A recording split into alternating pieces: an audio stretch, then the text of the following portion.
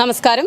നാടെങ്ങും ഇപ്പോൾ തിരഞ്ഞെടുപ്പ് ചൂടാണ്. സ്ഥാനാർത്ഥികളും ചൂട് പിടിച്ച് ഓടിക്കൊണ്ടിരിക്കുകയാണ്. ഇനി വളരെ കുറച്ച് ദിവസങ്ങൾ മാത്രമേ ബാക്കിയുള്ളൂ. ഞങ്ങളിന്ന് എത്തിയിരിക്കുന്നത് തൃത്താല മണ്ഡലത്തിലാണ്. തൃത്താല മണ്ഡലത്തിലെ NDA കാൻഡിഡേറ്റ് ഉണ്ണികൃഷ്ണൻ മാസ്റ്ററാണ് ഞങ്ങളുടെ കൂടെയുള്ളത്. അപ്പോൾ എങ്ങനെ പോകുന്നു NDAയുടെ ഈ ഒരു തെരഞ്ഞെടുപ്പ് പ്രചരണവും കാര്യങ്ങളൊക്കെ? തെരഞ്ഞെടുപ്പ് പ്രചരണം അതിൻ്റെ ഉച്ചാവസ്ഥയിലേക്ക് കടന്നിരിക്കുകയാണ്. ഞാനിപ്പോൾ 4ാം ഘട്ട പര്യടനത്തിലാണ്. കഴിഞ്ഞ ഒരു മാസത്തിലധികം കാലമായി മണ്ഡലത്തിൻ്റെ വിവിധ ഭാഗങ്ങളിൽ യാത്ര ചെയ്തിട്ടുണ്ട്. എല്ലാവരും പറയുന്നൊരു കാര്യം, തൃത്താലയ്ക്കൊരു മാറ്റം ആവശ്യമാണ്. തൃത്താലയിൽ 2 മുന്നണികളെയും മാറി മാറി പരീക്ഷിച്ചു കഴിഞ്ഞു. ഇനി അവരിൽ നിന്നും തൃത്താലയ്ക്ക് വികസനമോ അല്ലെങ്കിൽ പദ്ധതികളോ അല്ലെങ്കിൽ തൊഴിൽ സാധ്യതകളോ എന്തെങ്കിലും ഒന്നും ലഭിച്ചിട്ടില്ല. അതുകൊണ്ട് തൃത്താല മാറണം എന്നാണ് തൃത്താലയിലെ ജനങ്ങൾ ആഗ്രഹിക്കുന്നത്. ഇപ്പോൾ തൃത്താലയ്ക്ക് മാറാൻ ആവശ്യം ഒരു 3ാം ബദൽ എന്ന നിലയ്ക്ക് NDA ഉയർന്നു കഴിഞ്ഞു. അതുകൊണ്ട് ഇത്തവണ NDA സ്ഥാനാർത്ഥി വിജയിപ്പിക്കും എന്നാണ് അവർ പറയുന്നത്. ഞങ്ങളുടെ പ്രചരണം അതിൻ്റെ ഏറ്റവും ഉന്നതമായ അവസ്ഥയിലേക്ക് എത്തി നിൽക്കുകയാണ്. കടുത്ത ചൂടുണ്ടെങ്കിലും ആ ചൂടിനെ വകവയ്ക്കാതെ നമ്മുടെ പ്രവർത്തകരെല്ലാം തന്നെ സജീവമായി രംഗത്തുണ്ട്.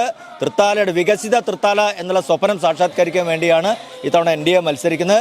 മാറാത്തത് മാറും എന്നാണ് മുദ്രാവാക്യം. മാറാത്തത് മാറിക്കഴിഞ്ഞു. തൃശ്ശൂർ മാറിക്കഴിഞ്ഞു, തിരുവനന്തപുരം മാറിക്കഴിഞ്ഞു, തൃത്താലയും മാറും. തൃത്താലയിലും താമര വിരിയിക്കാനുള്ള പോരാട്ടം തന്നെയാണ് ഞങ്ങൾ നടത്തുന്നത്. തൃത്താല മാറ്റും എന്ന് പറഞ്ഞു. നിങ്ങളുടെ ക്യാപ്ഷൻ തന്നെ അതാണ്, മാഷാണ് ക്ലാസ് ആക്കും എന്നൊക്കെ. അപ്പോൾ ഈ തൃത്താലയിൽ അധികാരത്തിൽ വന്ന എന്ത് മാറ്റമാണ് തൃത്താലക്കാർക്ക് തരുന്നത്? തീർച്ചയായും നേരത്തെ സൂചിപ്പിച്ചതുപോലെ മാഷാണ് ക്ലാസ് ആക്കും, തൃത്താലയെ ക്ലാസ് ആക്കും എന്നാണ് പറഞ്ഞതിനർത്ഥം. വികസിത തൃത്താല എന്നുള്ളത് നമ്മൾ പ്രാവർത്തികമാക്കും. ഇപ്പം കഴിഞ്ഞ 2 ടേമിലായി ഇത്തവണ CPM-ൻ്റെ MLA ആണ്, മന്ത്രിയാണ്. തൊട്ടു മുമ്പേ UDF-ൻ്റെ കോൺഗ്രസിൻ്റെ MLA ആയിരുന്നു. പക്ഷേ കഴിഞ്ഞ ഈ മാറി 7 പതിറ്റാണ്ട് കാലം ഈ 2 മുന്നണികളും മാറി തൃത്താലയിൽ പ്രതിനിധീകരിച്ചും തൃത്താലയുടെ വികസനത്തിന് ഒന്നും ചെയ്തില്ല. തൃത്താല ഒരു കാർഷിക മേഖലയാണ്. കർഷകൻ്റെ ഉൽപ്പന്നങ്ങൾക്ക് വില ലഭിക്കുന്നില്ല. സപ്ലൈക്കോ നെല്ല് ശേഖരിക്കുന്നില്ല. ശേഖരിച്ച നെല്ലിന് പണം നൽകുന്നില്ല. അവർ ദുരിതത്തിലാണ്. തീർച്ചയായും കർഷകരുടെ പ്രശ്നങ്ങൾ പരിഹരിക്കുന്ന കാര്യത്തിൽ നമ്മൾ 1ാം സ്ഥാനത്തുണ്ടാവും. 2ാമത്തെ കാര്യം, യുവാക്കൾക്ക് തൊഴിലില്ല. യുവാക്കൾക്ക് ഞാൻ പോയ വീടുകളിലെല്ലാം തന്നെ അമ്മമാർ പരസ്പരം അങ്ങോട്ടും ഇങ്ങോട്ടും നോക്കിയിരിക്കുന്ന വൃദ്ധസദനം പോലെയാണ്. യുവാക്കളെല്ലാം മറ്റ് ആശ്രയിലേക്കും അതുപോലെ മറ്റ് സ്ഥലങ്ങളിലേക്ക് പോയിരിക്കുന്നു.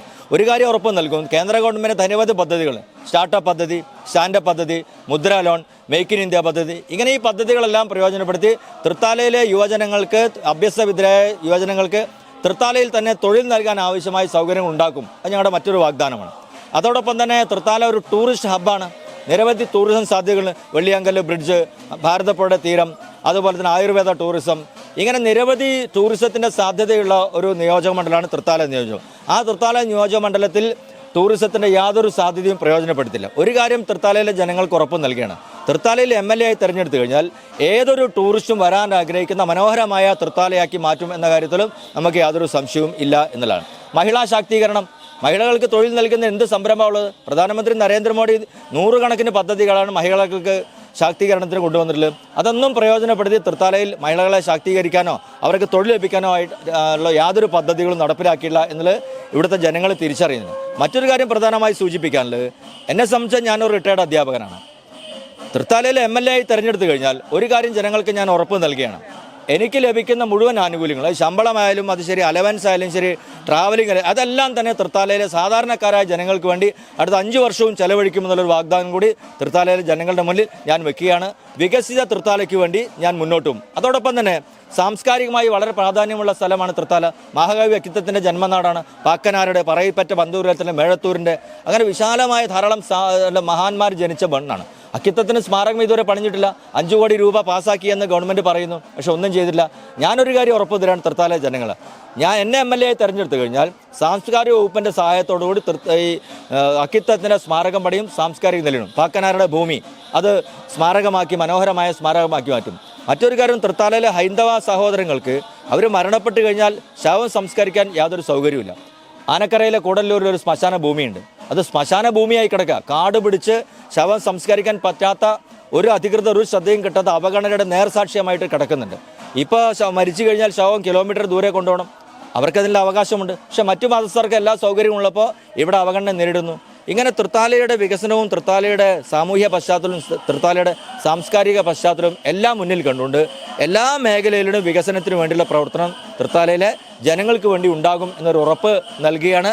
അതോടൊപ്പം തന്നെ വിശ്വാസങ്ങൾ സംരക്ഷിക്കാൻ വേണ്ടി ശബരിമലയിലെ ആചാരങ്ങളും അനുഷ്ഠാനങ്ങൾക്കും തകർക്കാൻ വേണ്ടി ശ്രമങ്ങൾ നടത്തുന്നു. UDFിൻ്റെയും അതുപോലെ തന്നെ LDFിൻ്റെ MLA അടുത്ത് നിലപാട് ഇവിടുത്തെ ഹൈന്ദവ ജനത കാണുന്നുണ്ട്. എന്ത് നിലപാടാണ് ഇവിടുത്തുള്ളത്? രണ്ടുപേരും ശബരിമലയിൽ അതുപോലെ തന്നെ യുവതികളെ കയറ്റി ആചാരങ്ങൾ നടത്താൻ നിലപാടെടുത്തവരാണ്. അപ്പോൾ ഹൈന്ദവ താല്പര്യങ്ങൾ സംരക്ഷിക്കുന്ന കാര്യത്തിൽ രണ്ടുപേരും അവരുടെ നിലപാടുകൾ ഹൈന്ദവ വിരുദ്ധമാണ്. അതുകൊണ്ട് ആ താല്പര്യം സംരക്ഷിക്കുന്ന രീതിയിൽ തന്നെയാണ് നമ്മൾ മുന്നോട്ട് പോകുന്നത്. കുംഭമേള നടന്ന സമയത്ത് തൊട്ടടുത്താണ് 25 ലക്ഷം പേര് പങ്കെടുത്തു. ഈ MLA-മാരൊരു അങ്ങോട്ട് തിരിഞ്ഞു നോക്കിയില്ലോ. SDP-യുടെ ഇഫ്താർ പാർട്ടിക്ക് പങ്കെടുക്കാനും അതുപോലെ തന്നെ സമസ്ത സമ്മേളനത്തിൽ പങ്കെടുക്കാൻ മത്സരിക്കുന്നവർ എന്തുകൊണ്ടാണ് ഈ ഒരു സംവിധാനത്തിൽ ഈ കുംഭമേളയ്ക്ക് തിരിഞ്ഞു നോക്കാതിരുന്നത്? എന്താണ് അവർ നേരിടുന്ന പ്രശ്നം? എന്തുകൊണ്ടാണ് അക്കിത്തത്തിന് സ്മാരകം പണിയാത്തത്? വാര്യംകുന്നിന് സ്മാരകം പണിഞ്ഞവരാണ് അക്കിത്തത്തിന് സ്മാരകം പണിയാത്തത്. ഇങ്ങനെ തൃത്താലയിലെ ജനങ്ങൾ നേരിടുന്ന വിവിധ വിഷയങ്ങളുണ്ട്. ഈ വിഷയങ്ങൾക്കെല്ലാം പരിഹാരം ഉണ്ടാക്കും. നരേന്ദ്രമോദി പാലക്കാട് വന്ന സമയത്ത് പറഞ്ഞിരുന്നു.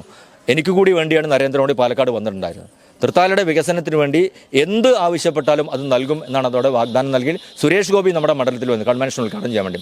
അദ്ദേഹം പറഞ്ഞു തൃത്താലക്കാർ എന്ത് ആവശ്യമുണ്ടോ ആ ആവശ്യം സുരേഷ് ഗോപിയുടെ ശ്രദ്ധയിൽപ്പെടുത്തിയാൽ ആ നിമിഷം അദ്ദേഹം പ്രധാനമന്ത്രിയുടെ മുന്നിലെത്തിക്കും. ഇപ്പോൾ തൃത്താല ഒരു സ്റ്റാർ മണ്ഡലം കൂടിയാണ്. അറിയാമല്ലോ ഇവിടുത്തെ സംവാദ ചർച്ചകളും ക്ഷണങ്ങളും അതിന്റെ പേരിൽ നമ്മളെ വാർത്തകളിൽ ഇടം പിടിക്കുന്ന ഒരു മണ്ഡലം കൂടിയാണ്. അതിനെക്കുറിച്ച് എന്ത് പറയുന്നു? അല്ല, അത് ആ രണ്ട് സ്ഥാനാർത്ഥികളും അവർ പരസ്പരം പരസ്പരം മത്സരിച്ചുകൊണ്ട് വെല്ലുവിളിച്ചുകൊണ്ട് അതൊന്നും ഞങ്ങൾ നോക്കില്ല. ഞങ്ങളെ സംശയം തൃത്താലയുടെ വികസനം. അവർ വെല്ലുവിളിച്ച് ജനങ്ങളെ വെല്ലുവിളിച്ചൊക്കെ നടന്നോട്ടെ. ഞങ്ങൾ ശ്രദ്ധിക്കുന്നത് തൃത്താലയുടെ വികസനം തന്നെയാണ്. തൃത്താലയുടെ ഓരോ മുക്കും മൂലയിലും പോയി അവരുടെ പ്രശ്നങ്ങൾ, ഉദാഹരണത്തിന് ഞാൻ തൃത്താലയിൽ 200 കോളനികളുണ്ട്. തൃത്താലയിൽ അവിടെ പോയ സമയത്ത് കണ്ട ദയനീയമായ അവസ്ഥയാണ്. വീടില്ല, ഇടിഞ്ഞു പൊളിഞ്ഞു പറ വീട്, കുടിവെള്ളം പ്രശ്നമാണ്. ഭാരതപ്പുഴയുടെ തീരത്താണല്ലോ നമ്മൾ താമസിക്കുന്നത്. 5 മാസം ഇഷ്ടംപോലെ വെള്ളം കാലവർഷം തരുന്ന ഭൂമിയാണ്. എന്തുകൊണ്ടാണ് ആ ജലസ്രോതസ് സംരക്ഷിച്ചുകൊണ്ട് കുടിവെള്ള പ്രശ്നം പരിഹരിക്കാൻ സാധിക്കാത്തത്? അതേപോലെ തന്നെ നിരവധി വിഷയങ്ങളുള്ളപ്പോൾ ഇവർ പരസ്പരം വെല്ലുവിളിച്ചുകൊണ്ട് നീ അങ്ങോട്ട് വാ ഞാൻ ഇങ്ങോട്ട് വന്ന് വെല്ലുവിളി എന്താർത്ഥോളൂ. ഞങ്ങളതൊന്നും ചെയ്തത്. ഞങ്ങളെ സംശയം തൃത്താല പിടിച്ചടക്കും. NDAയുടെ വിജയത്തിനോട് ജനങ്ങൾക്കൊപ്പം നിന്നുകൊണ്ട് പ്രവർത്തിക്കാനാണ് ഞങ്ങൾ ആഗ്രഹിക്കുന്നത്. അതുകൊണ്ടാണ് അവരുടെ വെല്ലുവിളിയൊക്കെ ഞങ്ങളും അത് ശ്രദ്ധിക്കപ്പെടുന്നേ പോകുന്നില്ല. ഞങ്ങൾ നേരത്തെ സൂചിപ്പിച്ച നരേന്ദ്രമോദി വികസന പദ്ധതികൾ, സുരേഷ് ഗോപി പറഞ്ഞിട്ടുള്ള വികസന പദ്ധതികൾ, NDA പറഞ്ഞ വികസന പദ്ധതികൾ, ആ പദ്ധതികൾ ജനങ്ങൾക്കൊപ്പം നിൽക്കാനാണ് താല്പര്യം. വെല്ലുവിളിക്കാനൊന്നും ഞങ്ങൾ തയ്യാറല്ല. എന്തായാലും ഓൾ ദ വെരി ബെസ്റ്റ്. വളരെയധികം സന്തോഷം. വിരലിൻ്റെ കാര്യത്തിലാണേലും യാത്രയുടെ കാര്യത്തിലാണേലും രണ്ടും മുറിഞ്ഞു പോകാതെ തുന്നിച്ചേർത്തത് കിംസ് അൽ ഷിഫയിലെ ഹാൻഡ് ആൻഡ് റിസ്റ്റ് സെൻ്ററാണ്. Hand and wrist centre, KIMS Al Shifa hospital, Perinthalmanna.